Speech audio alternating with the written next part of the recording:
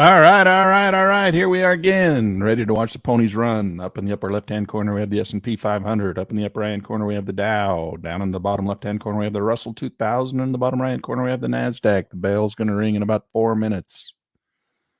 Feel like we're at the horse races, getting ready to watch the ponies run. Here we go. All right. My name is Lan Turner. Welcome, welcome, welcome. Glad to have you all. This is the lab for a class I teach at the university. Everybody, of course, across the world is welcome. Anybody can come and join us, but we are learning how to trade. That's what we're doing here. We're learning how to trade. Today is stocks day, but I do like to watch the ponies run on the opening bell at 7:30. 7:30 my time, that'd be 9:30 Eastern. And so I'm kind of looking forward to having the ponies run, see if there's not a little bit of a trade we can take on a morning scalp, a morning trade. But today we are going to talk a little bit more about the stock market. We're going to continue the conversation that we had yesterday. So yesterday we talked about the Fibonacci and the Elliott wave. Excuse me. And so today we're going to continue that conversation, only we're going to do that over in the stock market, talk a little bit about stocks. We're going to look at some stocks. We're going to do some analysis based on some of the things we've learned. And so looking forward to doing that with you. That's called what I call my Sunday school lesson. So we're going to do a little trading first here in the morning, and then we're going to do a little Sunday school lesson over in the stock market. Learn a little bit more about how to read the stock market like a book. Learn the language of trading. And that's what it's all about. You need to kind of learn the language of trading. If you don't know how to trade, you need to learn the language of trading, just like any industry. You have to learn the language. A lot of people think they know the language. It's easy. Oh, buy low, sell high. Just buy something and hang on to it until it makes money and then get out. How hard is that? Well, okay, do that then. If you think you can do it, if it's that easy.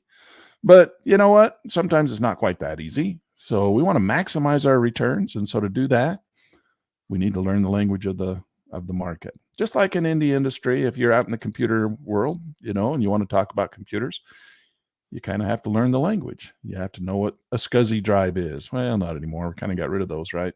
But you have to know what memory is. You have to know what a hard drive is. You have to know what a monitor is. You have to know what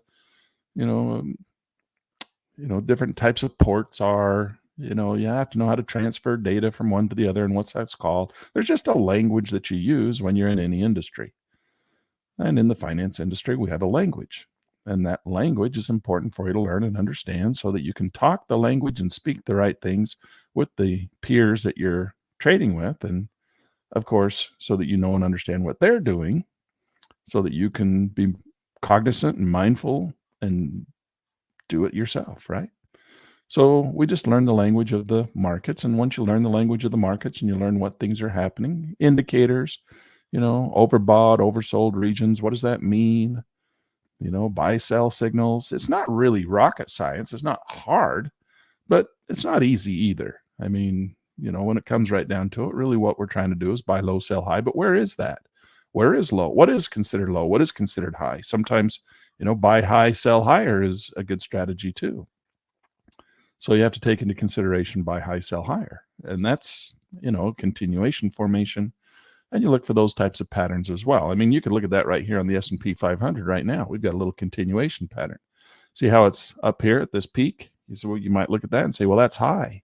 Well, it could go higher, right? So it could come in here and rally and take off out of this little green section and come up and even go higher. Well, that would be buying high and selling higher. So that's a good strategy too. We want to make sure markets are actually moving before we get into them. The one thing that'll rip your wheels off faster than anything else is trying to trade through a sideways dead market. And a lot of people try to, gauge when that market's going to break out of a sideways trend. And so they keep trying to get in every time and get a little burst. Is that the market open? Yeah, there we go. That's the opening bell. Now I want to show you something very interesting. See these white lines on here? Those of you who were with me yesterday, you know that what we do is we like to go in and we bracket the market on the open, right? The high and the low. And we look to see what the highs and lows are for the opening bell. And then we want to say, well, if the market's above this high, or we'll consider it bullish. And if it's below this low, we'll consider it bearish. Well, look at these two. I've deleted them off of the Russell and the NASDAQ. But up here on the S&P and on the Dow, I left those lines there from yesterday. Look at where the S&P is trading from yesterday's opening bell bracket. And the Dow, that's the opening bell bracket from yesterday. Look at that. Look at where this market, it's unbelievable. The market, as much moving up and down as it went, today's price is opening up exactly in the bracket of yesterday's high and low of the opening range. Keep that in mind when we start trading options, because that's an important thing to take into consideration when trading options. So we'll get into that a little bit. Options class starts in 2 weeks. Well, 1 week from now. A week, what's today? Tuesday? Next week, next Monday, we'll start trading options. And so keep that in mind when you're trading options, how these markets move through these patterns from day to day, not just from minute to minute or hour to hour. It's from day to day when you're doing your day trading with options. So kind of an interesting situation that we've got going here, and you see it quite often, surprisingly. So we can take advantage of that with options. All right, we're looking for this market to move. Not getting much of a movement out of here. It's kind of, I'm going to get rid of these white lines because those are yesterday's white lines. Let's go ahead and kill those. We'll kill this one over here too. And we'll just kind of watch the market. I've got these arrows that I've got on here are the advantage lines. Now, a little bit different than what you're used to seeing me use. These are the advantage lines. They're a proprietary indicator that comes in track and trade with the bulls and bears. And we're working on these. I want to see if we can't add some additional features to them, but they're really sweet. I mean, they're a hybrid moving average system that's proprietary that we came up with, and they eliminate a lot of the whipsaw that you get with a traditional moving average system. So, for example, if we turn on the moving average system that we were talking about yesterday, it's very similar in nature. And it's kind of a simple mean program. But what happens is when the market starts to go sideways, the moving average system it gives you the early entries just like the advantage lines, but it also gives you lots of whipsaw, back and forth, trying to catch every little break. Whereas the advantage lines have been designed to kind of eliminate that whipsaw. So they're a neat little tool. And so we can come in here and turn the moving averages off, not get confused with too many lines on the screen. I oftentimes laugh and joke, tell people, if you put enough lines on the screen, then eventually sometime, the market will hit one of your lines and you can say that your system worked. So just draw lots and lots of lines on the screen, and then your system will work at one point because the market will eventually hit one of those millions of lines you draw. So in other words, my point is that's kind of worthless, right? You need to be more specific than just a million lines drawn on the screen, and eventually, I'm sure it'll hit it one time, and then I can tell everybody my system is great. See, it touched that line. So that's the same thing. I kind of feel a little bit like that about the Vwap. The Vwap is a tool that's really popular, and so anything that's in technical analysis, you have to kind of take into consideration because a lot of people use it. And if a lot of people use it, a lot of technical analysis, self-fulfilling prophecy, right? It happens because we make it happen. And that's why markets move through waves. That's why they move through A, B, C patterns. We do that. We make it happen. Buy. Then we want profits. How do you get out? Sell. So the market goes up and then it pulls back. Oh, that's far enough. Okay. We want to buy some more. Buy. Sell. That's why markets go up and down, right? It's because we buy, and then we sell. Buy, sell. And so that's the process of causing these A, B, C, D patterns that we talk about all the time. And so we make things happen in technical analysis. And that's what technical analysis is learning the language of the markets and then knowing or having a good idea, probability of what the market's going to do based on people's actions, based on indicators, based on mathematical models, based on overbought, oversold regions, based on accumulation and distribution, based on Fibonacci and Elliott wave, right? These are all tools that we use to measure these ABC patterns. That's really the way the market works. Buy, sell, buy, sell. So you have here's an example right here on the S&P 500. Buy, right? Up, sell. Buy, sell. And so we're in a sell right now. Where's it coming down to? Well, how far is it going to come down? Well, we don't know how far it's going to go down, but a lot of people are going to say it's going to go down to the blue line, which is the Vwap. Okay, so the VWAP becomes support. Why? Because everybody thinks it becomes support. Well, if it breaks through support and holds below it, then it'll probably continue to fall again. Okay, but these markets, the Dow, the S&P, the NASDAQ, and the Russell, they kind of all do the same thing. They go like this, right? They do what we call porpoising. So they go up, they go down, they go up, they go down. They go almost the same. Not always. I mean, look at the Dow. It's a little bit different than the S&P. Look at the NASDAQ, a little bit different than the Russell. Russell, a little bit different than the Dow. I mean, they're just a tiny little bit different. But for the most part, when they start syncing up, they all do the same thing. But yet, the indicators are in different locations. So right now, the S&P is bouncing off of the VWAP, right? It's using it as support. Well, the Russell is already broken through VWAP, and it's already way down here. The NASDAQ, it's still coming down to VWAP. Well, so is the Dow, still coming down to VWAP. So what's the market going to do? Does that mean the S&P is going to forget about VWAP because the Dow and the Russell haven't touched it yet? It's still coming down? Probably, because they take the price into consideration more than they do these indicators. So you have to always take all this stuff with a grain of salt, because we have a lot of intermarket relationship between markets, and the intermarket relationship between markets of price is different than what the mathematical models will show in those individual markets. My goodness, I'm losing my voice already.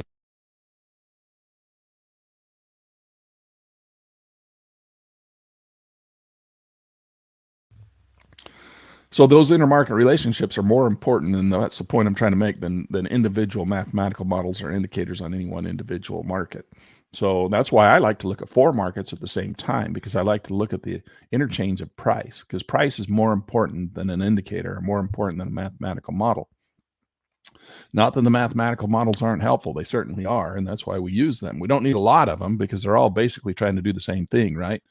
So yesterday we learned about the probabilities working through Elliott wave patterns. So Elliott wave patterns are nothing more than a probability setup. So when you understand the probabilities of what markets are trying to do, and then you realize that, hey, indicators are just trying to tell me where the turning points are on an Elliott wave, and then you realize that, hey, I've got 1,000 indicators and they're all trying to tell me the exact same thing whenever the market's trying to move through an Elliott wave pattern, then you can start whittling it down and saying, well, I don't need 1,000 indicators. I only need 1 or 2, because I just get the ones that seem to work the best in my Elliott wave count, measure, setup, trigger, follow through pattern of trading.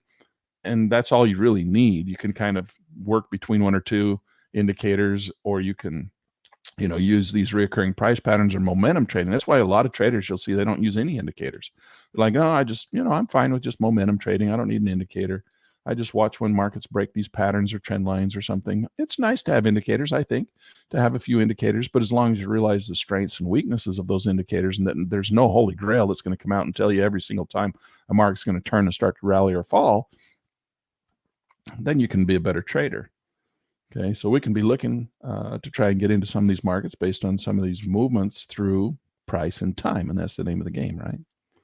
So this market's been a little bit choppy up here on the Dow. Look how choppy this thing is. We've not seen a real smooth trade on the Dow. The Russell, on the other hand, it's kind of, it got a little chop right in here, but then it's been pretty smooth coming down. The NASDAQ come down. It's come down to that VWAP. Everybody felt like that was a good place to stop. And that pulled the S&P past the VWAP, because these other markets haven't quite made it to the VWAP yet. And price, again, is more important than some line drawn on the screen. And so this S&Ps continue to fall. So now the question is, now that these other markets are coming down to their VWAP lines, are they going to hold at the VWAP and pull the S&P back up? We'll have to wait and see. We're still trying to establish our high and low boundary for the day. I know a lot of guys like to trade right out of the gate, pick a direction and go with it. And there's nothing wrong with that. You can do that too. Pick a direction and go with it right out of the gate, the first thing. And if you'd have done that, let's look at the S&P 500, for example. If you'd have got in right here from the green to the red, just from the green to the red changeover on these Heikin-Ashi price bars, you'd be up $512 right now. That's a $512 move from that red bar to that bottom where the market's currently trading. And that's with a single contract. A single contract, of course, we're in the futures market. We're not trading stocks. We're going to flip over to the stock market here in just a little bit, and we'll do a little stock analysis for those of you who like to look at stocks. This is day trading. I like to day trade over here in the futures market. And then, so that would have been a $500 move. How much would you have had to invest to make that $500? Well, you look in the key and it tells you right here, since we're day trading right now, this is day margin. you'd have to have $750 in your account. So that's your margin, $750. I generally figure $1,000 because those numbers change once in a while. They'll go up and down. They'll fluctuate a little bit depending on the volatility. So how much the exchange minimums are, how much the brokerage firm requires you to have in your account. So, we're looking at the four indexes, and to trade the four indexes, you have to have roughly the mini indexes. You have to have $1,000 in your account. Now, down here in the bottom right-hand corner, we have the micro mini. So this is a micro mini. This is the baby one. All right. And so it's 10 times smaller. So that same move on the micro mini from here to here is only $99. Okay. Versus up here on the S&P, where it's $562. How about on the Russell? The Russell down here, this is the full-size Russell, or the mini Russell, not the micro Russell. So that's a $620 move. So $620 move from that arrow to where it's currently trading, $620. And you'd have to have $1,000 in your account, or 750, somewhere right around that amount of money. Okay, we're bouncing down here. Okay, the S&P now, this is a real good example of what I was telling you about, how many lines you're going to draw on your screen. So the NASDAQ is kind of the granddaddy. It kind of likes to boss everybody else around. It's kind of a bossy indicator, a bossy market. So you see it came down and it touched that VWAP. All right. So it's bouncing the VWAP. It's adhering to the VWAP. Everybody, it's the bossy market. It's pushing to everybody else around. The Dow came down. It touched the VWAP. But look, the S&P, it passed the VWAP and it kept going down because the other two markets, the Dow and the NASDAQ, the bossy NASDAQ, hadn't touched the VWAP yet. So the Russell, or not the Russell, the S&P pushed past the VWAP as it was an intermarket relationship between price, because there's a lot of overlap between the stocks that are in the S&P, the Dow, and the NASDAQ. Not any overlap between the Russell. The Russell's all mini micro caps, small companies. But these other ones are all a low overlap of great big companies, right? Huge companies. So they have a lot of overlap. And that market, that bossy NASDAQ, came down here to the VWAP. And when it bounced, well, the S&P had already passed its little blue line. So it kind of ignored that, right? And the value or the price of the NASDAQ was more important to what the S&P was doing than that little blue line on the screen. So just keep that in mind. You might be looking at, the VWAP over here on the S&P myopically, and you're like, oh, the only thing I see is that the S&P didn't respect that VWAP line. And you're like, well, that VWAP line must suck. It must be a piece of crap indicator. I'm going to go look at a different indicator that was better than that one. Well, it's not that the VWAP sucks. It's that there's other things that are taken into consideration in price on the S&P. One of the things is price of the NASDAQ. The price of the NASDAQ, being the bossy one, is bossing it around, and it respected the VWAP on the NASDAQ, where it forced the S&P not to respect the VWAP because it was taking price into consideration was more important. All right. I hope that intermarket relationship between these markets and price, I hope that little lecture, our morning Sunday school lecture on day trading was more important, was valuable. I hope you found value in that. All right, let's go talk. See who's in class. Let's see who's in class today. First one up on the bell. Morning. Good morning, Lan and all. Matt. Matt is our Russell 2000 trader. He loves the Russell 2000. Matt, you trading the Russell today? You got a position on that? Did you catch that short position coming out of the bell? We got Michael Bruce. Good morning, Lan. Good morning, everyone. Great to have you in the house, Michael Bruce. We got Quinn Ranson. He's in the house too. We got G Wiz. Good morning, Lan. Hey, you think Mike could let us up in how I trade the Russell one day? You mean Matt? You'd like to know how Matt trades the Russell? Yeah, he buys that short position and holds on to it till it makes him money, and then he gets out. But you know what, G Wiz? I think it would be a great idea to invite some of you guys who are in this class with us on a regular basis to come in and talk with us and share the screen and be part of the class. I think that's a great idea. We should do that. Matt, you up for that? You want to come on the live show for a few minutes and talk to people and tell them a little bit about yourself? People are asking to get to know you a little better. How about Gary Thomas? Good to see you guys. Welcome, Gary Thomas. John David Lundberg. It's a lovely day. Lovely day to be in the markets. The Dow's a little choppy. Look at that Dow. Be careful with the Dow. That thing's got a lot of topping tails and a lot of bottoming tails out there, John David. All right. What about Bruce R? Nice to have you, Bruce. Good morning, all. We got Camille. Nice to have you, Camille. Great to have you in the class. We got John Mackey. Lan, what are your AL set at? My AL? You're gonna have to give me more details. What's an AL? AL. All my stuff, all my settings. You're gonna have to give me a little bit more. John Mackey saying good morning, but John, you're gonna have to give me a little more detail what you're asking there. We got G Wiz. I meant to say Matt. Yes, you did. Meant to say Matt. I figured that. Matt says, I did. I just got stopped out with a $800 profit. Way to go, Matt. Rock and roll. And sure, we can try and work something out. Matt's like open to the idea of coming on and saying hello to everybody. And G Wiz just says, sorry about that, Matt. He meant to say Matt. All right. That's great. Great. If you guys are a little bit nervous about jumping into these markets when you're playing right out of the bell, $800, that's a nice move in that market, Matt. Sweet. Nice catch. Ride that trend down, make $800. If you guys would like to try trading right out of the morning bell, a good way to do that is to trade the micro minis instead of the minis. And you can get a little bit more comfortable and familiar with it. And once you're making money with the micro minis and you feel confident with what you're doing, you can switch over to the minis. So the micro minis, I think I've got those in here. Indexes, micro index range. Those are my ranges. Mini, micro Dow, micro. Where's micro indexes? Don't I have micro indexes in here? Micro indexes. There they are. Russell set up for daily. Let's set that one up for 1 minute. All right. So this is the micro minis.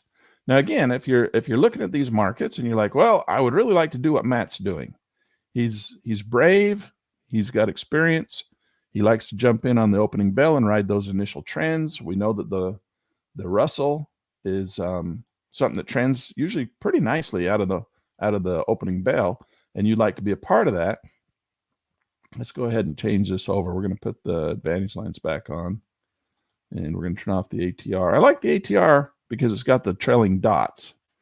The advantage lines doesn't have a trailing dots. I'm trying to convince the programmers to put trailing dot system on the ATR. That would be a really nice addition. So we get kind of the best of both worlds. We get the hybrid system from the advantage lines, which is part of the Bulls and Bears plugin, which then we have the Bulls and Bears too, which is the other side of that. And we have both of those in the same tool. That would be a dream. All right. So try to get those guys to do that over at the programmers. And then we get, that would be nice. Let's see. So I'm going to come in here, save and apply that settings to all the charts so they're the same. Now we're on the micro minis. Now, again, let me draw a couple of dollar signs for you in here. So we come down. That's $53 from top to bottom. That's $60 on the Russell. And from the NASDAQ, that's $87. You see, it's a big bossy one. And this Dow is just horrible today, $17. So you can see that you can actually practice with smaller money. So you're not going to be risking, $800 if you get something wrong. So not like you'd risk $800 anyway, right? If you're wrong, you want to get out. That's the name of the game. It's like, okay, I'm going to get into a position, take a trade, and if it's wrong, I'm just going to get out. I'm not going to sit there and let it lose $800. I'm going to lose a little bit. But the losses that you would take if you were in the micro minis, a lot smaller than what you might see, than what you would experience in the big one. So let's go ahead and I'll give you an example here. Let's say we think this market's going to rebound with an ABC pattern, A, B, C, and it's going to continue higher and rally. We can come in here, get our position on, right? We'll go in with a single contract in the micro mini. And if it stops us out, then we don't feel so bad because we only lost like $12 or $14 as opposed to $120 and $150. And it's a lot easier to recover from that loss of $18. See that? We lost $18 on that trade because it didn't go in our favor. We just got out. It was just bouncing along sideways here. Thought, okay, maybe it'll go green. Since it started green, we'll just anticipate a green. Well, it didn't. So we only lost $18. Had we been in the mini, that'd have been a $180 loss. That'd have made you feel a lot worse, right? You try it again over here. You say, oh, well, I want to try and go long on this market. See if it will go this time. And then you can trade with a little bit more, I don't want to say confidence, because it's not confidence that you're trading with. It's a little bit more free spirit, a little bit more likely to take a couple of positions if you know you're not risking $180 or $200 to just try and see if this market's going to break out. Now, usually we talk about don't try and catch initial breakouts. Let the market run a little bit, make sure it's moving, catch one of those little pullbacks, one of those little flag formations, and then catch the continuation. So, well, if you look at the Russell, that's what we got. We kind of got a little rally, right? It wasn't a strong one because it had too many bottoming tails in it, but the market pulled up and then it pulled back, gave us a little pullback, the little flag formation. So you say the market is flagging, and now the market is starting to run once again. So it's starting to rally. Okay. So it's coming up. So, you're like, well, I want to give that a shot. It's not the cleanest thing in the world, but I am on the micro mini. And if I need to do some recovery at 10 o'clock in the afternoon when the market has a tendency to trend a little better, right?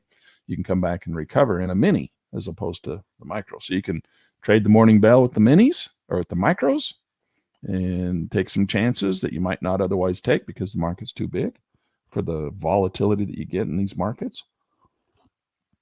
And then come back later in the afternoon when the markets have calmed down a little bit in an hour, at the top of the hour, 9 o'clock, 10 o'clock,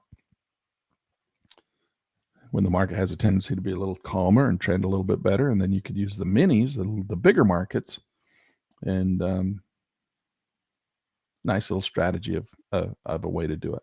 And if you're trading with the micro minis, you have more confidence, or you're not risking so much, so you can trade with multiple contracts. You can start trading with 2 or 3 contracts on the initial entry, and it gives you a wider breadth of capabilities. You can start trading with, you can start using the pillaring and pyramiding and castling and doing all kinds of things, but that requires you to have a larger position size, more quantities to do those strategies. And so you don't have to trade with just one contract, out of the gate, or just, in with 2, out with 2, or in with 1, out with 1 on these kind of volatile opening bales. I like to watch the volatile opening bales because they're fun, see if there's not an opportunity after things calm down a little bit to take a position. So we were able to catch this one on the micro mini in the S&P and see it's going up. Our stops moved to break even, and we're up $12.50. So it's not going to rock your world with huge money, but that's pretty good return. I mean, if you talk about, most guys are out there trading and they're trying to get 5 or 6, 8%, 9%, 10% annualized a year in their investments, right? And you're making 1 or 2% per day.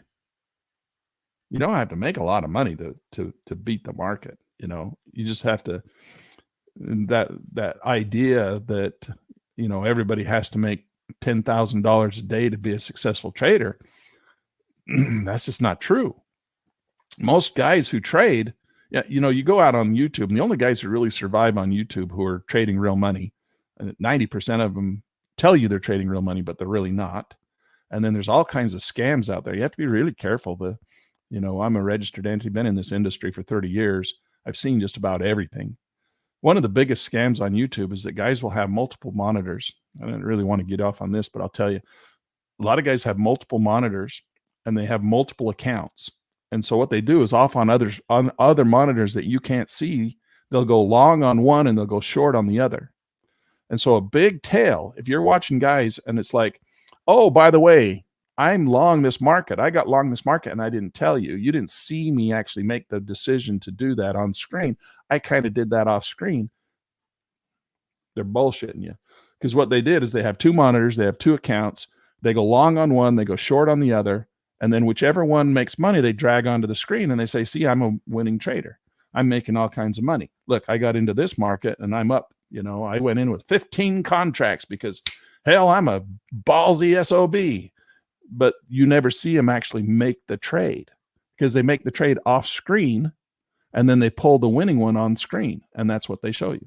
But they have multiple accounts. They got multiple accounts and they got longs on this one, shorts on that one. And they don't care which direction the market goes. They just grab the winner and throw it on the screen and say, see, I'm a super wizard.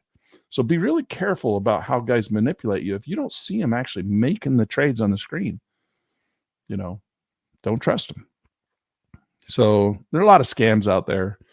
So be careful. That's all I'm saying. Just be careful. But being able to trade with micro minis in the beginning is a good idea, and then you can move up to the minis once you get your confidence. So this stop right here, we got in on this little ABC pullback on the S&P. It started to rally back up. We're looking for it to come up and touch this high right up in here, but we're in the micro mini now. If we were in the mini, if I hadn't switched over, we'd be up $225. But because we're in the micro, 10 times smaller, we're up $21. So if our goal is $500, for example, per day in the micro mini, because it's 10 times smaller, your goal would be $50. Okay, it'd be $50. It'd be the same thing. But a lot of people get this idea that's like, well, I'm in the micro mini, so I have to make $500. No, it's 10 times smaller. You don't have to make $500 to meet your goal. It's 10 times smaller the goal. The goal of $500 a day. Well, you only have to make $50 a day. So there's our goal right there on this market. If it went up there and touched that, now we might not make $50 on the first run. We go 50, maybe we make $10 and we make $10 again and $10 again. Well, that's $30. So each time you'd set your goal to achieve the $50 goal or the $500 goal. And that's how you trade. Okay. So we're going to come in here. We're going to trail and we're going to put this trailing. We're going to do price bars back and we're going to do one price bar back. And how many minimum moves? One minimum move. So we'll go one price bar and one minimum move. We'll go like that. Now we got our trailing stop coming up on this little arrow that we got from the advantage lines, and we're just going to trail 1.1 price bars back until we either one get stopped out and take a small profit, which in this case right now would be about $13, or goes up and touches our $50 limit, and that would be our goal for the day. We'd be done, right? So the other thing I want to mention to you is that, a lot of these guys on the internet, they're superheroes. They've been trading for years and years and years and years and years, and they're really good at it, and they got big accounts, and they swing a lot of money. And so you go watch them, and you think that's what you need to do to be a successful trader. Well, if I'm not making $25,000 a day, then why am I even doing this? Well, that's like, why would I play basketball if I'm not as good as Michael Jordan? If you're not as good as Michael Jordan, you shouldn't even go try. Why even go try to play basketball if you're not as good as Michael Jordan? Well, that's a stupid mindset. You can be you can be a high school basketball player and be a very successful high school basketball player, right? You don't have to be Michael Jordan. You can have fun. You can go to community basketball and play community basketball. You win a few games, you lose a few games, but hey, you're having fun. And overall, you're winning more games than you're losing. You're shooting baskets. You're making more than you're missing, and you're getting better and better. You might not be Michael Jordan, but does that matter? It doesn't matter. You don't have to be Michael Jordan. Okay. So the problem with watching guys on the internet, even, me, I come in here for an hour every morning and goof off, try and teach you guys the very best I can. And my little spreadsheet's pretty damn impressive for the first hour of trading. We come in and pull this thing up, go and look at last month. This is October. That's pretty impressive trading right there, right? What do we make? $5,000, $5,600 last month trading. Had a couple of bad days where we went cowboy on it, but overall, pretty good trading record. But am I Michael Jordan with this? Am I making $10,000 a day? No.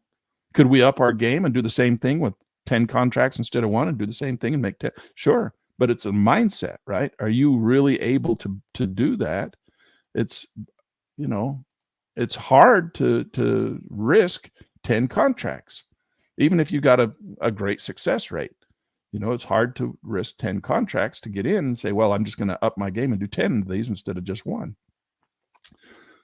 Something that you can work up to. I've been trading and I've been teaching and I've got a lot to share with people, but am I Michael Jordan? No, I'm not Michael Jordan. Do I have to be Michael Jordan to love trading and to make it my career and make it my life and my livelihood? No, I don't have to be Michael Jordan. I can be a college level basketball player and do just fine at this. I'm a little bit better than high school, but, I'm certainly no NBA basketball player when it comes to trading, but I'd be a great NBA coach. All right. So even Tiger Woods has a coach, best golfer in the world. Are we going to touch that $50 goal? Look how close we're coming. Touch it, touch it, touch it. If you're worried it's not going to touch it, grab your stop and drag it up in there and capture that little bit of profit. It touched it. I didn't have to rescue it. There you go. We're up. Oh, well, because we were down. So we recovered our loss. We're at $31. So had that been on the bigger market, we'd have been up $310 right now. But we're on the S&P. We're on the micro. So that was $31. You're like, that was a great trade. It was a great trade. That was a really good trade. We did a great job. And now you're building confidence in the micros and you can do it. So now you can, after you do that for a month or 2 or 3 months, and you're trading in the micros, you're getting confidence, you can jump up and go to the minis. So you can go from, high school ball, which is what this is with the micro minis. You're playing high school ball. You can move up to college. And then you can move up to the NBA if you want to. You can move up and, start trading big contracts, quantity 10, when you feel confident in the minis. So, you can up your game and be a superstar. It's just, where do you feel comfortable in your level? Right now, for me, I've been doing this for forever in comparison to how long people last in the markets. I've been trading forever. I got mold on, I'm growing mold on my in my market experience. So I've been doing this for a long time, and my comfort level is still not NBA quality. I still don't like to go in with 10 contracts. That's not me. I don't do that. So, if you want to get to the point where you want to do that, great. I think that would be great if you could do that. For me, I still like to get in with 2, 3 contracts. That's kind of and the mini markets, 2 and 3 is my starting zones, and that's where I like to trade. 1Z, 2Z, 3Z, depending on, the probabilities that we talked about yesterday. So that's where I've been trading for, as long as I've been day trading. And that's kind of my comfort zone, and that's where I'm at. Is it NBA level? No. Is it NBA quality trading? I think so. I think I'm pretty damn good. I have good success at this, but I don't trade 15 contracts every time I go in. That's most people. That's ridiculous, And I'm not saying anybody, I'm not pointing fingers at any one individual. I'm not saying anybody's doing that kind of stuff. I'm just saying that that's very rampant in the industry. And that's a lot of the things that people get caught for in the regulatory bodies that regulate these industries. That's what they find a lot of guys doing on YouTube, is that they do those multiple accounts, buy and sell, and then they just bring the winner on the screen, and then they manage their winner. They always look like they're winning because they have multiple accounts. So anyway, that's kind of the name of the game. Let's go over, we've kind of played this through. Matt says he's took the long on the RT and now locked in $1,000 so far with 2 runners. So he's caught the downside and he's caught the upside. He caught the down and the reversal on that thing. So nice job, Matt. Way to go. All right. So let's go over and take a look at the stock market. I have a Sunday school lesson for you. So here's the stock market, and I just pulled that up, and this is the same setup that we have over in the futures market. Up in the upper left-hand corner, we have the SPY. Top right-hand corner, we have the Dow. The bottom left-hand corner, we have the Russell. Bottom right-hand corner, we have the Qs. And so what I want to do is I want to talk about accumulation and distribution. And it's just kind of a continuation of what we talked about yesterday, and it's what we talked about in class. So for those of you who are university students with me, the class discussion that we had the other day was on accumulation and distribution. So we're just going to review that quickly right now.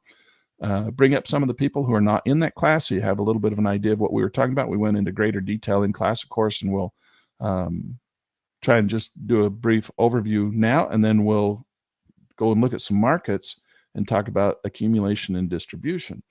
So let's bring that up on stage. All right, so accumulation and distribution. What is accumulation and distribution? How does this model work? Let's start off with a quote from Richard D. Wyckoff. All right, Wyckoff says, Wyckoff formulated the technical analysis strategy known as accumulation and distribution. He grew rich. He grew Rick. That's a spelling error. He grew rich through trading, buying a 9.5 acre mansion next door to the CEO of General Motors. He died in 1934 at age 61. Died relatively young, probably because he was a trader. So keep that in mind, guys. I'm 60 right now, so I got one more year, and then I'll be with pushing up daisies with Richard Wyckoff. The question is not whether you have lost money trading stocks, but whether you are going to persist in doing so. Okay, that's his quote. And then he's like, let me teach you what you need to know so you understand how the stock market works from a fundamental nature. And so that's what I want to kind of cover with you here. Markets move through waves, and we talked about that yesterday, or on, was it yesterday? Yeah, yesterday. We talked about that yesterday, where markets move through waves, and it's the pattern of fear and greed. So what happens is everybody wants to buy something when their market's doing well. Greed, when it's high. Markets like to buy, people like to buy high, and they think they're going to sell higher. Again, that's a strategy you can certainly do, but it's kind of a difficult strategy. Markets move through these wave patterns, and so people want to buy at the top, and then because of fear, they sell at the bottom, and then they repeat until they're broke. Of course, I talked about this a little bit more yesterday. Let me get myself out of the way here. So then we go through the accumulation area, the distribution area, the markup, the markdown. This is a little bit more professional. This is the way the professionals do it. So they buy low, right? They accumulate in the oversold regions down here in the bottom, and then they sell in the distribution areas at the top. So it's a simple process of buy low, sell high, not what retail traders do, where they have greed and they buy high and they sell low out of fear. So this is the retail trader. This is the professional trader. What's the difference? It's just the process of buying low and selling high. But retail traders, small investors, small speculators, they refuse to buy something that's not doing well. Okay, and they want to buy something that's doing well. And so that's why they end up with this pattern of losing money, buying high and selling low. And so we need to be just the opposite. And I know that it's easy to say, it's easier said than done, but I'm going to show you how you can do it with greater confidence. Okay. So we talked about this yesterday. You go through the process of optimism, excitement, thrill, and euphoria. Euphoria is where a retail trader will buy, but at the euphoria point is where a professional trader is selling. All right. Selling out his long positions or looking to take shorts. So then we go through anxiety, denial, fear, desperation, panic, capitulation, despondency. At this point, this is where you finally sell out your long position that you bought up here at euphoria. And this is why you lose money. It turns the market starts to go, and you have depression. And then you end up with hope as the market starts to come back, relief, optimism, and you run the pattern all over again. So this is what Wyckoff said. He says, let's look at this from a technical standpoint. And he drew this little picture like this. And he says, look, this is the Wyckoff accumulation model. This is what you want to be doing. When a market is down low, it goes through what we call, or what he would call, the accumulation stage. And the accumulation stage is where a market is all choppy. It's really choppy at the bottom. So if you see a very choppy sideways market that's down low, that means that the banks, the hedge funds, who generally trade with large computers, right? So it's a computerized mechanized system of quant trading where they're accumulating large positions. So what they do is, if a big bank or a big hedge fund suddenly wants to buy a big position, let's say Microsoft has been beaten down for 3, 4, 5 months, and it's down really low, and they love Microsoft and would really like to have some Microsoft in their portfolio, and they want to start buying a whole bunch of Microsoft because it's low. Well, they can't just suddenly go in, these great big banks and hedge funds that control $500, $800 million, or $2.5 billion, or even some of them trillions of dollars, right? They can't just go in and suddenly buy like you and I would do. 50% of our portfolio goes into one stock, and it doesn't move the stock. Nobody cares. But these guys, if they put a big, huge chunk of money in the market like that, they move the market. And they don't want that. They don't want the market to go flying up really high while they're trying to buy, because that would defeat the purpose, right? They want to buy low, sell high.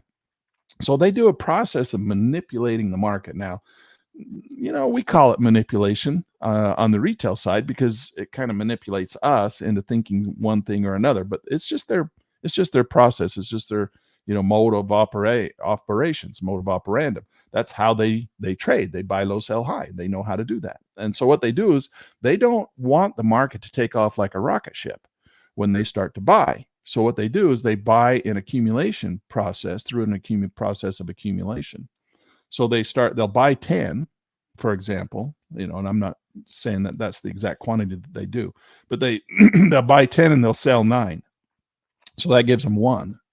So they buy 10 and they sell 9, that gives them 2. They buy 10 and sell 9, that gives them 3.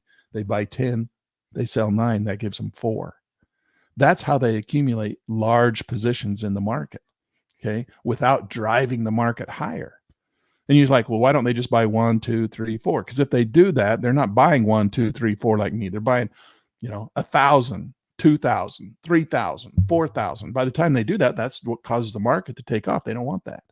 So they want the market to go up and drop, go up and drop, go up. That's what chop is. You ever say, oh man, this is a horrible market. It has all these false breakouts, these A1s, which is why I always tell you not to trade the A1s, because there are lots of false breakouts, because it's a process of accumulation.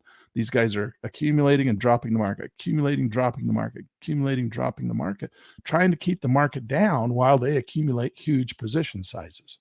And so that's the accumulation stage. And this is what Wyckoff taught us about how professionals, companies, and big organizations trade.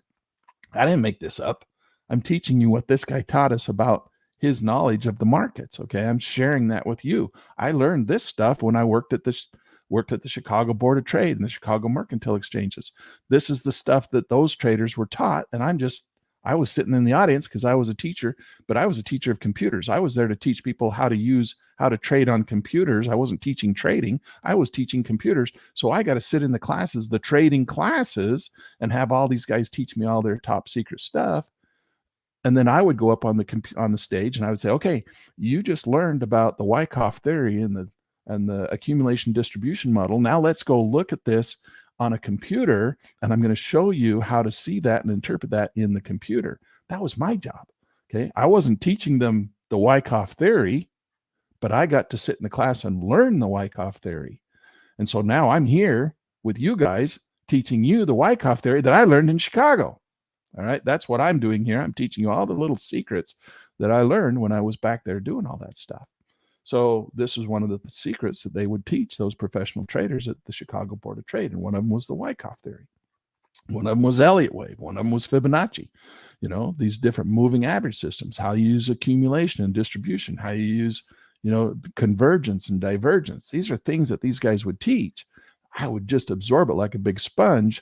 And then we would insert that into our software package. And then we would teach it teach them how to do those strategies using our software. So the next stage is the markup stage. Now, once they accumulate as many shares as they want in this big stock, they will start to bump the market. It's what I call pump. And you've heard me talk about that before. It's like, oh, that looks like a pump to me. And a pump is when they pump the market, because now they've got all the shares they want. They've accumulated a huge portfolio of a stock that's down low, and they've gone through that, caused that big choppy stuff. Now they want the market to run. Buyers need sellers and sellers need buyers. All right. So you have to think about the market. For everybody who's buying, whenever you buy, somebody has to sell it to you. So if you think the market's going to go up, there's got to be somebody on the other side that thinks the market's going to go down. And you're like, well, the market's obviously going up. Who would ever think the market's going to go down? Who would ever sell to me in this situation? Because the market is obviously going to go up. Nobody would ever sell it to me. Well, they do. Lots of people sell when the market's going up, right? And that's what these guys do. They sell to you when the market's going up, but they need the market to go up first so that you will think that, because they need you to think that. Let's go. So they need you to think that. And that's what they're doing. They're like, okay, we need all the retail traders to think the market's going to rally, which it will. Right? They need it to rally so they can sell higher. That's what they're doing. But they need to get the market to go up, and they want to sell all the way up the uptrend. That's what they're doing. They're trying to sell out all the way up the uptrend. They call it feeding the ducks. Sometimes some of you have heard me say that before. Oh, they're feeding the ducks. We're the ducks. The little retail traders, we're the ducks. And they're going to sell to us. All right.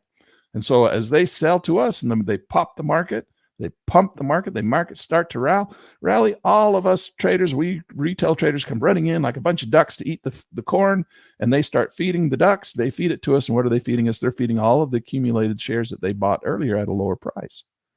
So as that market starts to rally, we're buying. Well, again, there's got to be, they want to sell. So if they want to sell, they have to have buyers. So they have to manipulate the market into a situation, into a frenzy where we come in like, like fish eating food, trying to grab all the things that they're selling. So they're selling all the way up the trend. We're buying all the way up the trend. They're making money, selling out, making a profit. We're buying in. Now, it's good for us too. I mean, that's how a trend is made, and we can buy at the bottom of the trend if we're smart. We can look for the little pullbacks. We can get the rallies. We can ride that trend up, and we can make money ourselves. Okay, it depends on how good you are at getting in and out of the market and where you're getting in, where you're getting out. But you're going to take advantage of that rising market as well. The difference is that they're selling out all the way up the trend. We're buying and trying to hold until everybody else starts to get out so it doesn't flush out from under us, and then we get out, right? So we try to ride that trend. So it's good for us. It's not bad. They're going to sell to us. They're the guys that are going to sell to us while we're buying in an uptrend. But the whole idea is that they're selling. And then you notice that markup stage is a 3-drive pattern. That's where your Elliott wave comes in. So you have an accumulation stage. You go through a 3-drive pattern, markup, drive 1, drive 2, drive 3. Once we get up to the top of the drive, up on top, that's where you generally see that head and shoulders top formation. You'll see the narrow sideways channel up there, the wedge, the pattern, and then the market flushes with the 1, 2, 3 top formation. That's where those recurring price patterns of 1, 2, 3 top formations come in. And then the market turns and flushes. That's the distribution stage. So the distribution is they will accumulate all their shares down at the bottom. They run the market up through the Elliott wave, and then you and I are buying up through that Elliott wave pattern. And then once they get up to the top of the Elliott wave drive, that's the distribution where no more retail traders are buying anymore. So they have to get rid of the rest of their shares. So they'll go out and they'll start doing the distribution. So they can actually do the same thing on the top side that they did on the bottom side to get rid of shares. So they'll sell 10, buy 9, sell 10, buy 9, sell 10, buy 9. And that way the market will stay up there because they keep buying 9. And that's why it gets choppy. Oh my hell, this thing had a beautiful run and then it went choppy. Why did it go choppy? Because they're going through a process of distribution. They're getting rid of what they have left. They couldn't sell them all out, so they still have some left. So they start going through a process of distribution where they do just the opposite of accumulation. Okay. So then once they're ready with that, they'll start doing an accumulation to the short side, because a lot of these big hedge funds, and banks and big quant traders, they'll take short positions just as well. They'll go short.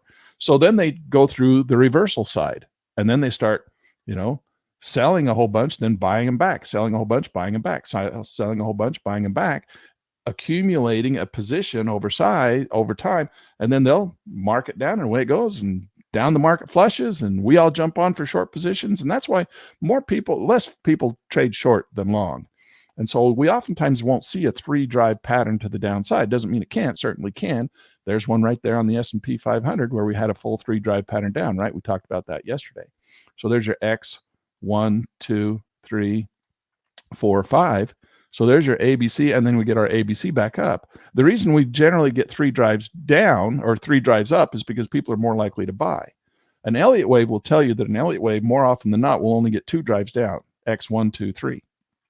And then we go sideways, go through another process of accumulation, gets choppy, and then it starts to rally once again. To get a 3rd drive down is pretty rare, all right? It doesn't happen as often, which is why we start buying on this point right here, because it's more likely that the market's going to turn at this and go up. If you got a lot of pressure from economic issues like we do now, you'll get that 3rd drive, or maybe even a 4th drive or a 5th drive. It doesn't mean it can't go down farther. It certainly can. We're just talking about probabilities, right?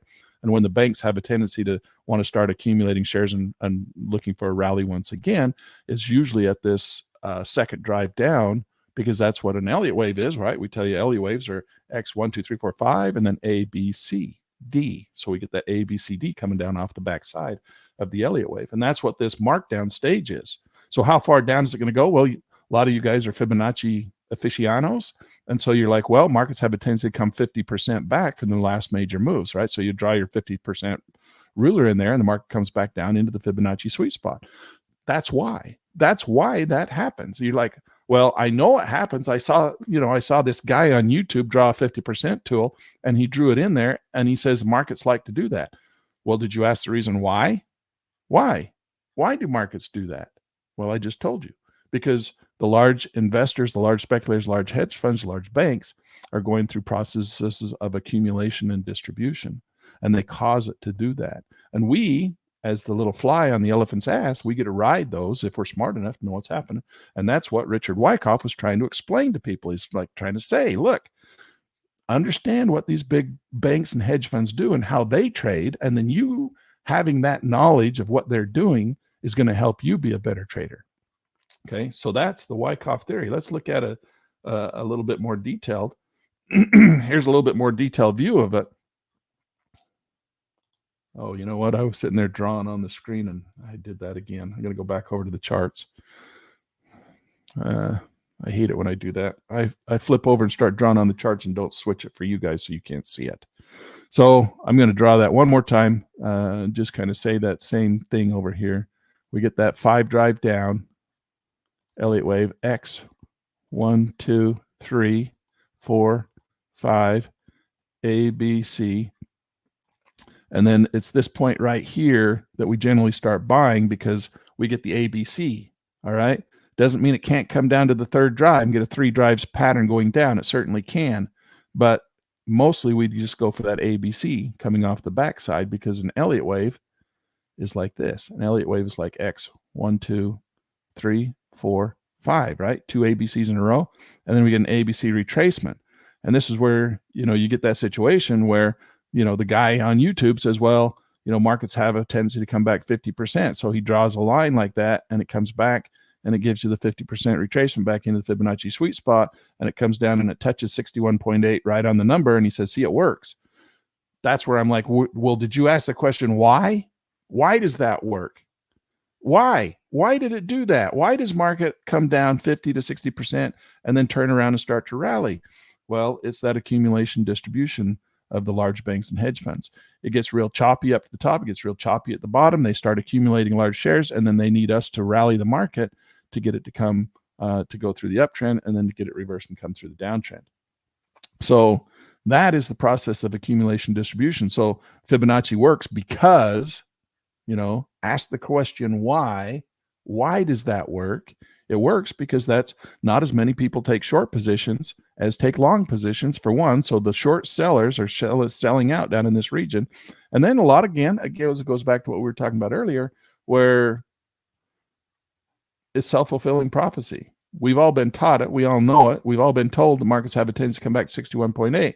So we stop buying the banks and hedge funds positions at 61.8 because we've been told that's what we're supposed to do. So we make it happen. All right. And they know that because they're probably the ones that taught it to us so that they could sell to us. They need people to they're buyers. They need sellers. They're sellers. They need buyers. So they manipulate us, teach us what we're supposed to be doing so that they can make money. Does that make sense? They're probably the ones that taught us about 1, 2, 3 top formations. It's the big banks that taught us about head and shoulders formations. It's the banks that taught us about triangles and wedges. Why? Because they need buyers when they're selling. Oh, hey, Lan, why don't you go ahead and every time you get a flag, go ahead and buy on those breakouts. Why? Because I need to sell you something. I need to sell you some shares and I need you to be a buyer. So I'm going to tell you when to buy so that I can sell them to you. That's what they're doing. All right. We call it manipulation. It's not manipulation. It's just, I guess you can call it manipulation. They teach us when to buy. When are we supposed to buy? Buy breakouts, buy flags, buy pennants, buy triangles, buy the breakouts of these. Why? Why buy those? Why are we supposed to buy those? So that the banks can sell us what they've got holdings on. That's why. Can we make money? Sure. Are we patsies for the banks? Sure. We're ducks. We're eating the corn. But you know what? It's their corn, but we get to eat it. Okay, so it works for both of us. We can make money too. It's okay. Eat the corn. That's all right. It's their corn. They're feeding it to us because that's how they make money. But we get the corn, and that's all right too. So it goes both ways. So that's that process. Let's go through the next slide. Oh, I wanted to show you this. So add that to the stage. So it gets a little bit more granular in here. And so in the granularity of this market, you see the market comes down through the accumulation stage over here, right above my little picture, right here. So this is the accumulation stage right here. That right there, that's called the spring, the Wyckoff spring. See where I'm pointing? That's the Wyckoff spring. And then it goes and takes off, and that's where they go through the accumulation stage. They're buying, selling, buying, selling. So they get a big bunch of money, and then they cause the market to run, and that's what this rally is right here. Right here. I wish I could point on this screen. But then it takes off and starts to go. It builds tension, trend continuation. This is the Elliott wave pattern, right? You get a little break in the Elliott wave, it goes sideways a little bit. Oftentimes you'll see that. If you look over at the chart, look at this. It's like right straight out of the chart. It's like right here is that exact pattern that I'm drawing on that little pattern, right? Sometimes you get that rally and then the market does this. It kind of does this little sideways dance. And then we get another rally and up it goes. And then it gets this little pullback and up it goes again. So you get your little ABC pattern, but that's after the first break. You get this little thing in here. So if we go back to the drawing, look at how it did. That's exactly what you see in the drawing up here. That same pattern that we're seeing over there on the S&P 500. And then it went up into the top pane. Now in the S&P 500, when we flip back over, look at this is accumulation to the downside or the distribution. I need to relabel that. It says accumulation, but that's accumulation to the short side. But that's distribution. And so then the market starts to come down and has the same basic pattern coming down and before it goes into accumulation once again and starts the whole process all over. And in an uptrend, those are offset, right? Those are offset. So the one would be higher than the other. That's why it comes back only to 50%. This drawing brought it back all the way to the other side. And that happens sometimes too, right? But what we're looking at here is we're coming in and we're saying that the market went up. It didn't have much of a distribution up here on top, did it? It didn't go through another reaccumulation stage to the downside. It just kind of flipped and came right back down. Perfect little three drive pattern to the downside back into the 50% level. So that's where these guys brought it, or where we as the retail traders brought it. Okay, so we brought it back down into this level. And that's why these markets move through these waves and trends and have the projections and retracements that they do. Because it's all a process of manipulation between the big banks feeding us ducks eating the corn, and then when we're done, we're full, we can't eat anymore, they pull it and go the other direction. That's how the game works. So in that process, if you're good at this, you can start to read the chart like a book, and you know what they're doing. You're like, I read your book. Who was that said that? It was Patton, right? He was yelling and screaming at the war, I read your book. So we get that market came back 76%, and then it turned and dropped once again. That's a 1, 2, 3 top formation or head and shoulders formation. So here another one. This one came down. This one came back 54%. So from this point to this point, it came back 54%.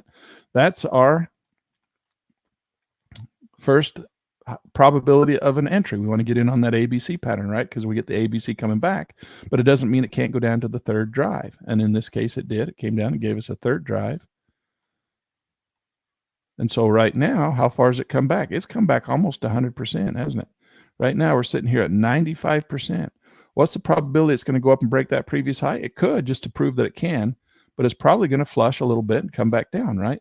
So this is what we call an ABC. And now it could, I mean, you could get a V recovery is what we call this, a V recovery where it goes clear up and maybe starts testing some of these and never does look back. You have to have a pretty confident market to do that, to get a V recovery. That's a pattern that happens. It's not very common, but it happens. And so we may get this. I'm looking for this market to come back and give us a little bit of a pullback, and then probably a rally here, or it may go through accumulation.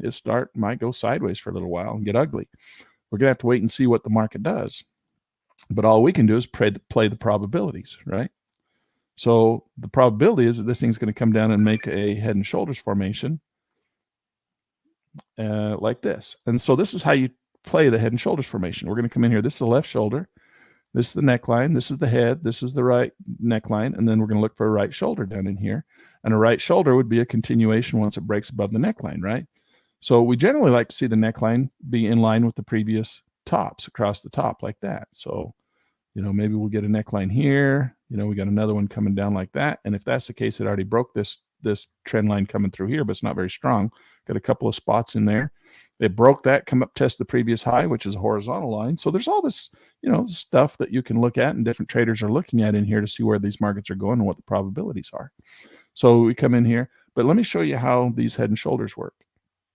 Now my software has the ability to do some neat stuff, so I can come back and show you this. So this is what the market looks like, okay? And so you're like, okay, this is a beautiful 1, 2, 3 formation. 1, 2, 3. Lan talks about the Elliott wave, and I'm going to anticipate a 1, 2, 3 top formation. So A, B, C. So I'm going to anticipate this thing's going to come down the first drive. It's going to go counter trend, and then it's going to come down with a second drive. And then I'm going to look at the Fibonacci ruler, and I'm going to say, okay, 50% of the last major move. I'm going to expect this market to come down somewhere in this region here on this pullback, because if I measure from A to B, 100% is right there. That would be my target zone. Okay, so this is what the market's looking at for you right now. This is how you use the head and shoulders tool. So I'm going to come in and delete all this. You're going to come in and you're going to lay the head and shoulders tool in here. And you're going to say, okay, here's my left shoulder. Here's my neckline. Here's my head because it's the high. Here's my neckline. Here's my right shoulder. But I'm at the top of a third drive. 3-drive pattern. Drive 1, drive 2, drive 3. I'm going to expect drive 1, drive 2.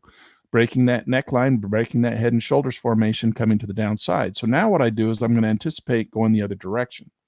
So now you're going to come in here with your head and shoulders tool, and you're going to say, well, if this is let's anticipate that we think that this is going to go up one more. So we come down here and we say, okay, if this is our head, this would be our neckline up in here. So we'd go like this. This is going to be the left shoulder. That's going to be the head. Or we're going to look for a head up here and maybe down here. And we start looking for the market to go down, right? But that would be the head would be on top. So then we have to get rid of this. And we come in and we say, okay, here's the head. Well, I need one more leg. Let's go forward just a little bit. I'm going to come in here. And that's the first break right there. There we go. So now we just broke the previous high. All right, so right across there. So now we can come in and we can say, okay, this is the new head right here. And now we got a head here. So this becomes the head of the first drive Elliott wave pattern. So we got a head, shoulder, left shoulder. We're going to anticipate right shoulder, right shoulder. Okay, so that's what we're going to anticipate coming off of this ABC pattern off the top. So this becomes the lowest point. Once you have the lowest point, it's the head. Now you could do this over here like this. That could be the head, right? So this would be your left shoulder down here or right in here. This would be your neckline up in here. This would be the head since it's the lowest point on the reversal. And then this would be your right shoulder. Now the problem is with the right shoulder in this case, let's back it up. We need to talk about this. How you read this is like reading the book, right? How do you read the book, Lan? You're going to come in here, and that's your head and shoulders formation coming down the other side. The head is lower than the right shoulder. The head is lower than the left shoulder. And so you're like, okay, the break above the previous high, that would be a continuation of the uptrend, but we're at the top of the third drive. So we're going to anticipate down. So if it does come down, we're going to come down, and this thing's going to come down. Watch it come down. It comes down. Oh, it broke the low. Broke the low. So now we got to move the head over. And that's all we're going to do. We're just going to slide this whole thing over to the new head. We don't know how far that head's going to come down, but this now becomes the left shoulder. This now is the neckline. We can adjust the neckline to match up so that we get kind of a neckline in here. And then this market comes across, and now we're going to look for the right shoulder right here. Oh, move the whole thing. So we're going to look for this right shoulder right here. And that would be the pattern that we would look for. So we're going to take our tool, and we're going to anticipate. We can either anticipate to the downside like this, A, B, C, and that gives us the next leg, right? As long as it stays above the head, this would be the right shoulder, and we'd anticipate a break and a turn and a continuation of the uptrend. So that's what we're looking for. That's what we're anticipating, and that's how we read this market. Market continues to move through price and time. So let's make the market move. So here it goes. It keeps going down. So we need to adjust our neckline or our head. So our head comes down to the lowest point like this. We got our neckline in here. We've got to adjust that one. So we bring our head down. Let me move this out of the way for a second. I'm going to grab that, bring it down. So now we got A, B, C like this. So we expect the market to come down here, keep that right shoulder. If the right shoulder hangs, stays above the low, right? So this is the head or the lowest point. It's got to stay above. And then we would anticipate at some point around 50, 61.8 for this market to turn and start to rally again and start to break higher. But in this case, the market made 3 drives down. This would be an ABC, perfect little ABC Elliott wave pattern, and that's what we would anticipate, right? But in this case, the market came down. It rallied right back up. Okay, so it went up, broke the blue lights. It went up, established a new right shoulder, which is a little lower. And so you're like, okay, is that going to be an ABC to the upside? Or are we going to get another rally like this? We're looking for this market to go left, right, up, and still continue the uptrend because it hasn't broke the previous low. As soon as it breaks the previous low, you have to throw all this out and start over. So if it comes down and starts to move forward there, it broke the low. Now you have to throw this all out and say, well, I guess it's not going to be a 1, 2, 3 ABC. It's not going to be breaking at the second drive. It's going to go down and make a third drive. So let's move that out of the way. Let's get this out of the way because we have to throw that out with the baby in the bathwater. Now we come down here. Now what do? Well, we're going to bring this whole head and shoulders thing down one more level. So this is no longer the left shoulder. This is no longer the head, right? We got to adjust the head. So this is no longer the head. This right here becomes the new head. So you have to move the whole thing over. So you come in here. And again, I'm telling you all this stuff. I didn't make this up. I learned this in Chicago at the Board of Trade, at the exchange. So this becomes the new head right in here. And this comes in here. And that comes up like this. And that's your new. And then this becomes the new head right here. Now, the head, we're going to anticipate it's going to come down a little further. This is going to be your right shoulder in here. You're going to anticipate something like that. And then a right shoulder.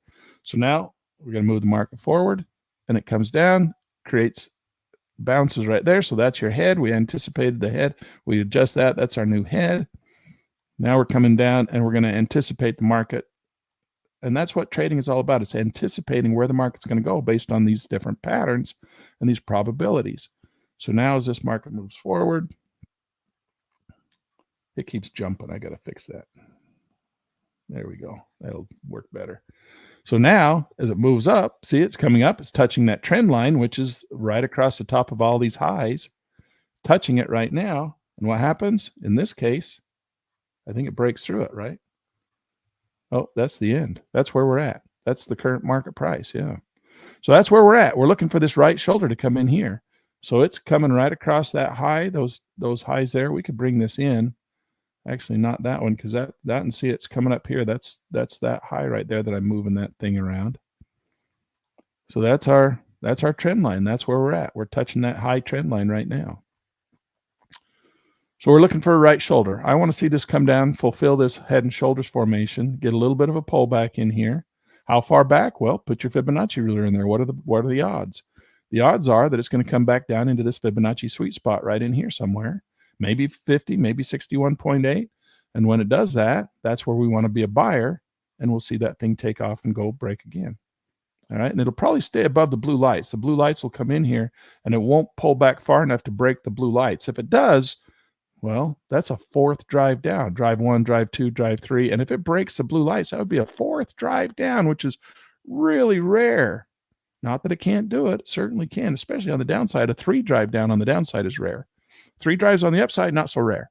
3 drives on the downside, pretty rare. 4th drive on the downside, very rare. Go back in time. Go back in history and look, and you'll see 4 drives down, very rare.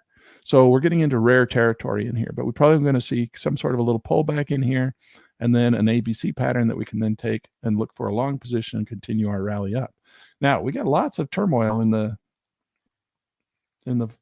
financial markets and in the economy and in the world. So we have to keep your ear to the markets, ear to the news. You're all news aficionados anyway. You're all news hounds. So stay close to the news. Make sure you understand what's going on there and try and relate that to what's going on in the markets. Watch the market, watch the news. Don't expect the news to move the market. The news only tells you what the market's doing. So the market is first, then the news comes after. All right. I want to tell you one more thing real quick before we go as far as this accumulation distribution goes, and that's the chalk and money flow. And it's an indicator that kind of helps you understand what the big banks are doing. So as they go through their accumulation stages, this chalk and money flow tells you that. And that's what's going on down here. There's also the accumulation distribution model. So these are the accumulation distribution points in the market. As the market comes down and this red line comes below the green line, that's the accumulation stage. Well, in the in the bulls and bears, the way I have it set, I've got the colors upside down. So generally, green is bullish, red is bearish, right? But I've turned this for this lesson backwards on its head. So what's happening is I'm telling you, by making the colors go the other way, green is usually a bullish trend. We've talked about this. Yellow is neutral, and red is bearish. Well, I've turned this into accumulation distribution model, like the accumulation that you would see in the chalk and money flow. So I want you to look at it upside down. I want you to think about green zones is where you're going to be a buyer, because that's where the banks are buying. The banks are buying in the green zones. We then go through the neutral zone, which is the transition from neutral to bullish. And then the accumulation is green. So that's what the chalk and money flow is. Down here, you'll see these green zones, and then you see the red zones. So the red zones are where the banks are selling out their accumulated shares that they bought. All right. So I want you to start thinking like the banks. Buy low, sell high. So green is now telling you when to buy. So you are a buyer when the market is green. You're a seller. Get rid of your shares when the market is red. Buy when it's green. So if you're going to be an investor, okay, you're going to go through the process of accumulation and distribution like an investor would do, like a big bank. You want to think like the banks, and they buy low. So I've turned these things into buy low. So this is where the banks start doing their accumulation. Now they got deep pockets, so they can accumulate for a long time on the way down. You might not want to try and start accumulating as soon as they do. You might want to wait until the market comes down here, be a little bit more judicial about it, because you might only be getting in with a few shares compared to what they're getting into. So try and time the market coming down and when you get these reversals. But this is where you do your dollar cost averaging based on the probabilities of the ABC patterns. So you want to be buyers down in here, and then when the market starts to go up, you want to start selling out, just like the banks. And that's the process of accumulation and distribution. That's how you use the chalk and money flow to help you see that. I've turned the bulls and bears into an accumulation distribution model so you can see it in the market. If you come back into the bulls and bears, we go over to the preferences and just hit TNT defaults. You're going to see it's going to flip back over. And now you have the green going up. So green is bullish, red is bearish. Okay, so that's just the opposite of the accumulation distribution model. So this is the retail side. This is what retail traders want to see. They want to see green bars are bullish. That's buy, buy, buy, buy, buy all the way up the trend. But if you go back and look at the previous settings, right, it's the other way around. You would want to be accumulating when the large speculators or large investors are accumulating, which is the chalk and money flow version, which is green on the downside, distribution on the upside. So take that into consideration when you're doing your investing and trading in the different markets. Tomorrow we're going to stick explicitly on day trading. We're not going to jump over to the stock market. Tomorrow is going to be just a day trading lesson, and we're going to do a little bit more day trading, and we're going to start trying to apply some of this knowledge to our day trading, and we're going to just keep expanding our capabilities into day trading, doing more and more and more with some of this additional knowledge. And then we're going to come back and we'll talk about investing in these markets, and we'll start looking at other markets, because we've just been focusing on the indexes. So now it's time to start getting fun and going out and venturing out and looking at individual stocks. So we're going to start looking at individual stocks. And then I'm going to have you guys give me your favorite stocks you want to look at. And we'll go through and we'll analyze them together and start getting more experience at reading the charts and looking at individual stocks. We'll start going and looking at your favorite stocks. And I'll pull up some of my favorite stocks. And we'll start looking at them from these accumulation distribution models and from the probabilities of the Elliott waves and Fibonacci. How does that sound? Does that sound like something you guys want to do? If you like that idea, leave a note in the comments and go ahead and give me a thumbs up if you guys like this lesson. If there's anything that you learned, it'd be nice to have a thumbs up on our little YouTube thingy here. That would be nice to see. And let's see. Well, I got a couple of examples here of some charts showing you the accumulation distribution model. That's just kind of what we saw in class, is a couple of models here of the accumulation distribution stage, where we go through the accumulation and then the markup stage, the reaccumulation as the banks go through and accumulate some of these, accumulate their shares. This is where they're buying in, buying low, and then they sell out as the market goes up. So these are accumulation models. A couple of accumulation models that I had in there. And then of course that's the NASDAQ 100 with the perfect Elliott wave, and the chalk and money flow down there at the bottom, show you where the banks are distributing, all red, and buying up, all green. All right, guys. I'm going to, just for fun, I want to come over and take a look back at the futures market. I know some of you guys have been paying close attention to this while I've been talking. Look at the market. It's just been, whoa, look at that. What some beautiful moves. Unbelievable. Look at these things. Holy cow. Amazing. Russell, not so much. Russell's a little choppy over here. But man, look at that NASDAQ. Just as clean and smooth and beautiful as you can get. The Dow, beautiful. S&P, unbelievable. Holy cow. What some beautiful opportunities today. Look at that. Beautiful little trend breaks. Nice little moves. Wow, wow, wow. Oh, I'm not even showing you the screen. I did it again. I hate that. I hate that.